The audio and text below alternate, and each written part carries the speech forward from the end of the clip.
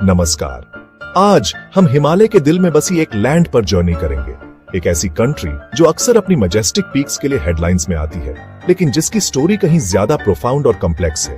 यह है नेपाल। एक छोटा सा लैंडलॉक्ड नेशन, फिर भी वर्ल्ड स्टेज पर इसकी प्रेजेंस इमेंस है। यह अपनी बॉर्डर्स दो जायंट्स के साथ शेयर करता है। उत्तर में चाइना, दक्षिण में इंडिया, पूर्व में इंडिया, पश्चिम में इंडिया। यह यूनिक जियोग्राफिकल पोजीशन ने इतिहास और लोगों की सोल को शेप किया है। नेपाल सिर्फ माउंट एवरेस्ट का होम नहीं है। Cultures, languages, traditions, ancient history का एक लिविंग म्यूजियम और मॉडर्निटी का कोएग्जिस्टेंस। बर्फ से ढके पहाड़ों के सामने हवा में फहराते प्रेयर फ्लैग्स। यह लाखों लोगों के लिए एक स्पिरिचुअल सैंक्चुअरी। लुम्बिनी भगवान बुद्ध का बर्थ प्लेस, पशुपतिनाथ और हिंदू तीर्थ। लेकिन स्पिरिचुअल आइडेंटिटी के अलावा इनक्रेडिबल डाइवर्सिटी है। तराई के स्वेल्टरिंग प्लेन्स, हाई हिमालयास की फ्रीजिंग एल्टीट्यूड्स। लोगों का जीवन भी बदलता है। दर्जनों एथनिक ग्रुप्स। ये वो स्टोरी है जो अक्सर अनहर्ड रहती है। नेपाल की स्टोरी रेजिलियंस की है, फिर भी उम्मीद के साथ आगे देखते रहते हैं। ये है नेपाल, काउंटलेस स्टोरीज की भूमि। मेरे साथ शामिल हो अनटोल्ड टेल्स, आज प्राइम टाइम पर। नेपाल का ज्योग्राफी नेचर की ग्रैंड फोर्सेस द्वारा लिखी गई एक स्टोरी है। यह 3 एक्ट्स में एक ड्रामा है जो 3 डिस्टिंक्ट इकोलॉजिकल बेल्ट्स में खेला जाता है। कल्पना कीजिए कि दक्षिण से उत्तर की ओर बढ़ती हुई एक जायंट स्टेयरकेस। सबसे निचला स्टेप है तराई, फ्लैट, फर्टाइल प्लेन्स, जो इंडो गैंजेटिक प्लेन का एक एक्सटेंशन है। यह रीजन देश का ब्रेड बास्केट है। पहाड़ों से बहने वाली रिवर्स से क्रिस क्रॉस्ड एक हॉट और ह्यूमिड लैंड। यही नेपाल की एग्रीकल्चर का एक सिग्निफिकेंट पोर्शन थ्राइव करता है। चावल, गेहूं और शुगर केन का उत्पादन करता है। जैसे ही हम अगले स्टेप पर चढ़ते हैं, हम हिली रीजन या पहाड़ में प्रवेश करते हैं। यह नेपाल का हार्टलैंड है। रोलिंग हिल्स, डीप वैलीज और टेरेस्ड फार्म्स का एक लैंडस्केप जो ढलानों पर प्रिकेरियसली चिपका हुआ है। यह रीजन, जिसमें फेमस काठमांडू और पोखरा वैलीज शामिल हैं, majority of the Nepali population का होम है। इस स्टेयरकेस पर अंतिम सबसे स्पेक्टेक्युलर स्टेप है हिमालयन रीजन, हिमालय। यह दुनिया की छत है। बर्फ और बर्फ का एक ब्रेथ टेकिंग एक्सपेंस। दुनिया की 10 सबसे ऊंची पीक्स में से 8 का घर, जिसमें लेजेंडरी माउंट एवरेस्ट भी शामिल है, जिसे स्थानीय रूप से सागर माथा के नाम से जाना जाता है। हिमालय सिर्फ एक जियोग्राफिकल फीचर नहीं है, वे पूरे एशिया में अरबों लोगों के लिए पानी का एक वाइटल सोर्स है, क्योंकि ग्लेशियर्स गंगा, ब्रह्मपुत्र और सिंधु जैसी महान नदियों को फीड करते हैं। ये 3 रीजन्स नदियों के एक वेब से इंटरकनेक्टेड हैं। नेपाल का लाइफ ब्लड। कोसी, गंडकी और करनाली जैसी नदियां हाई हिमालयाज में उत्पन्न होती हैं। इन नदियों में हाइड्रो इलेक्ट्रिक पावर की इमेंस पोटेंशियल है, एक रिसोर्स जो नेपाल की इकोनॉमी को ट्रांसफॉर्म कर सकता है। नेपाल का क्लाइमेट, इसकी टोपोग्राफी जितना वेरिड है, दक्षिण में ट्रॉपिकल से लेकर उत्तर में अल्पाइन और टुंड्रा तक, जिससे नेपाल एक यूनिक और फ्रैजिल नेचुरल वंडर बन गया है। नेपाल को सच में समझने के लिए किसी को उसके पहाड़ों से परे और उसके लोगों की आंखों में देखना होगा। यह देश एक मोनोलिथ नहीं है। एथनिसिटीज, लैंग्वेजेस, कल्चर्स का एक स्टनिंग कलेडोस्कोप है। 125 से ज्यादा एथनिक ग्रुप्स, 123 से ज्यादा लैंग्वेजेस बोली जाती हैं, क्षेत्रीय बाहुल। मगर थारू तमांग नेवार हर एक की अपनी distinct traditions, customs, social structures हैं। राष्ट्रीय भाषा नेपाली है, जो देवनागरी स्क्रिप्ट में लिखी जाती है। जैसे जैसे आप एक वैली से दूसरी वैली में ट्रैवल करते हैं, तराई में मैथिली, भोजपुरी, पहाड़ियों में तमांग नेवारी नेपाली लोगों का डेली लाइफ उनके ज्योग्राफी और उनके फेथ के साथ गहराई से इंटरट्वाइंड है। कृषि प्रधान तराई में जीवन चावल और अन्य फसलों के साइकिल्स के इर्द गिर्द घूमता है। मध्य पहाड़ियों में लोग अपनी टेरेस्ड फार्म्स की सावधानी पूर्वक देखभाल करते हैं। हाई हिमालयाज में कम्युनिटीज पास्टरलिज्म, ट्रेड और तेजी से पर्वतारोहण से संबंधित टूरिज्म पर निर्भर करती है। परिवार और समुदाय समाज के कॉर्नरस्टोन्स हैं। भूकंप के बाद पड़ोसी को अपना घर फिर से बनाने में मदद करना या एक लोकल फेस्टिवल मनाने के लिए एक साथ आना रिलीजन। वह हवा है जिसमें नेपाल सांस लेता है।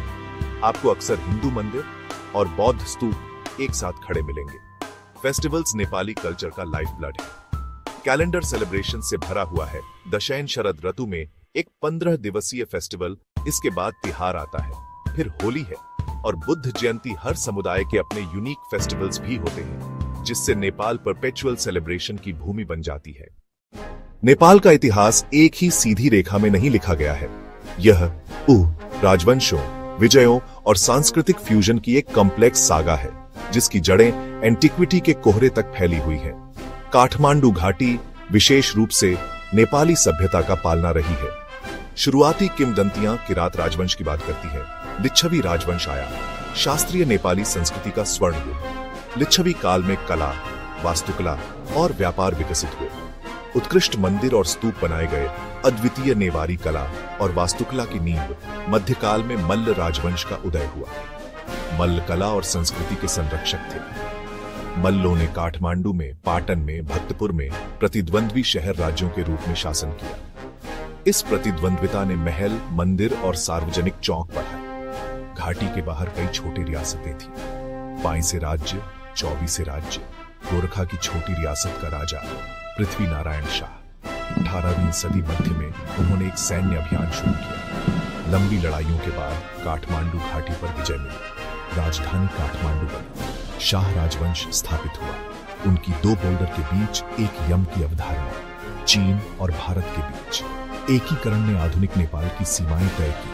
शाह शासन को भीतर से चुनौती मिली। 1843 का खूनी नरसंहार, जंग बहादुर राणा का उदय। 20वीं सदी के मध्य में एशिया में बदलाव की हवाओं ने नेपाल को भी प्रभावित किया। भारत में ब्रिटिश शासन के अंत ने नेपालियों की एक पीढ़ी को प्रेरित किया जो निरंकुश राणा शासन को समाप्त करना चाहते थे। 1951 में नवगठित नेपाली कांग्रेस पार्टी के नेतृत्व में और किंग त्रिभुवन के समर्थन से एक लोकप्रिय क्रांति ने 104 साल के राणा परिवार के शासन का अंत कर दिया। यह एक महत्वपूर्ण मोड़ था। नेपाल ने दुनिया के लिए अपने दरवाजे खोल दिए। हालांकि रास्ता बिल्कुल भी आसान नहीं था। अगले दशक में राजनीतिक अस्थिरता देखी गई। 1960 में खत्म हुआ। किंग महेंद्र ने शाही तख्ता पलट किया। उन्होंने चुनी हुई सरकार बर्खास्त की, नेताओं को जेल में डाला और सभी दलों पर प्रतिबंध लगाया। उन्होंने पंचायत प्रणाली शुरू की। शक्ति राजा के हाथों में केंद्रित रही। अगले 30 वर्षों तक नेपाल पूर्ण राजशाही के अधीन रहा। सरकार ने बुनियादी ढांचा बनाया, सड़कों, विद्यालयों, लेकिन राजनीतिक स्वतंत्रता प्रतिबंधित रही। 1990 में जना आंदोलन ने काठमांडू और अन्य शहरों की सड़कों को भर दिया। यह शांतिपूर्ण विद्रोह किंग बीरेंद्र को लोकप्रिय इच्छा के आगे झुकने पर मजबूर कर दिया। उन्होंने राजनीतिक दलों पर से प्रतिबंध हटा दिया और संवैधानिक राजा बनने पर सहमत हो गए। एक नया संविधान तैयार किया गया और बहुदलीय लोकतंत्र बहाल हुआ। 90 का दशक आशा और उथल-पुथल दोनों था। इस असंतोष ने 1995 में माओवादी विद्रोह को जन्म दिया। 2001 में शाही नरसंहार हुआ। फिर किंग ज्ञानेंद्र ने शक्ति ले ली। इसने मुख्यधारा के दलों और माओवादी विद्रोहियों को राजशाही के खिलाफ जोड़ दिया। 2008 में राजशाही समाप्त हुई। नेपाल संघीय लोकतांत्रिक गणराज्य बना। एक नया अध्याय शुरू हुआ। एक देश के लिए जिसे अपनी प्राचीन परंपराओं और प्राकृतिक परिदृश्यों के लिए जाना जाता है, नेपाल में विज्ञान और प्रौद्योगिकी की कहानी शांत, दृढ़ संकल्प और नवजात प्रगति की है। दशकों तक ध्यान बुनियादी जरूरतों पर था। भोजन, आश्रय, प्राथमिक शिक्षा हाल के वर्षों में एक महत्वपूर्ण बदलाव आया है। सरकार और युवा शिक्षित समुदाय यह पहचानते हैं, विज्ञान और प्रौद्योगिकी महत्वपूर्ण है। हाल की उपलब्धियों में से एक, सूचना प्रौद्योगिकी, इंटरनेट की पहुंच बढ़ी है, मोबाइल फोन की पहुंच भी बढ़ी है, ई-कॉमर्स, डिजिटल वित्त, ऑनलाइन शिक्षा। युवा उद्यमी स्थानीय समस्याओं के लिए नवीन ऐप और सॉफ्टवेयर बना रहे हैं। काठमांडू में स्टार्टअप संस्कृति उभर रही है। टेक हब इनक्यूबेटर सरकार ने डिजिटल नेपाल फ्रेमवर्क जैसी पहल शुरू की है। सार्वजनिक सेवाएं, अर्थव्यवस्था, समाज प्रौद्योगिकी से विकास में छलांग लगाने की क्षमता बहुत बड़ी है। विज्ञान का एक और महत्वपूर्ण क्षेत्र है आपदा जोखिम न्यूनीकरण। भूकंपीय रूप से सक्रिय होने के कारण नेपाल भूकंपों के प्रति संवेदनशील है। जैसा कि 2015 के विनाशकारी गोरखा भूकंप ने याद दिलाया, नेपाली वैज्ञानिक और इंजीनियर कम लागत भूकंप प्रतिरोधी तकनीकें विकसित कर रहे हैं। बेहतर प्रारंभिक चेतावनी प्रणालियां, बाढ़ के लिए बेहतर प्रारंभिक चेतावनी प्रणालियां, भूस्खलन के लिए खतरनाक क्षेत्रों की मैपिंग की जा रही है। दूर दराज के गांवों में चिकित्सा आपूर्ति पहुंचाने के लिए ड्रोन का उपयोग हो रहा है। अंतरिक्ष विज्ञान में नेपाल ने एक छोटा प्रतीकात्मक कदम उठाया है। 2019 में देश ने अपना पहला उपग्रह नेपाली सेट 1 लॉन्च किया। यह एक छोटा नैनो सैटेलाइट था, पर इसका प्रक्षेपण राष्ट्रीय गौरव का क्षण था। इसने छात्रों की नई पीढ़ी को अंतरिक्ष विज्ञान की ओर प्रेरित किया। विश्वविद्यालय धीरे धीरे अपने विज्ञान पाठ्यक्रम अपग्रेड कर रहे हैं, लेकिन विज्ञान के नेतृत्व वाले भविष्य की नींव नई पीढ़ी द्वारा ईंट ईंट रखी जा रही है। जैसे जैसे नेपाल के माध्यम से हमारी जर्नी खत्म होती है, हम एक ऐसे नेशन की तस्वीर के साथ रह जाते हैं जो एक क्रिटिकल क्रॉसरोड्स पर खड़ा है। आगे का रास्ता इमेंस प्रॉमिस और फॉर्मिडेबल चैलेंजेस दोनों से भरा है। नेपाल का सबसे बड़ा प्रॉमिस उसके लोगों में निहित है। Resilience, adaptability, optimism. युवा आबादी तेजी से शिक्षित है, ग्लोबली कनेक्टेड है, पोटेंशियल का एक पावर हाउस है। वे उद्यमी हैं, वे वैज्ञानिक हैं, वे कलाकार हैं, वे राजनीतिक नेता हैं जो भविष्य को शेप करेंगे। देश की unparalleled natural beauty, sustainable tourism का इमेंस पोटेंशियल, जिसे अगर अच्छी तरह से मैनेज किया जाए तो आर्थिक विकास और रोजगार का सिग्निफिकेंट ड्राइवर बन सकता है। हाइड्रो इलेक्ट्रिसिटी की पोटेंशियल एक और आशा की किरण है।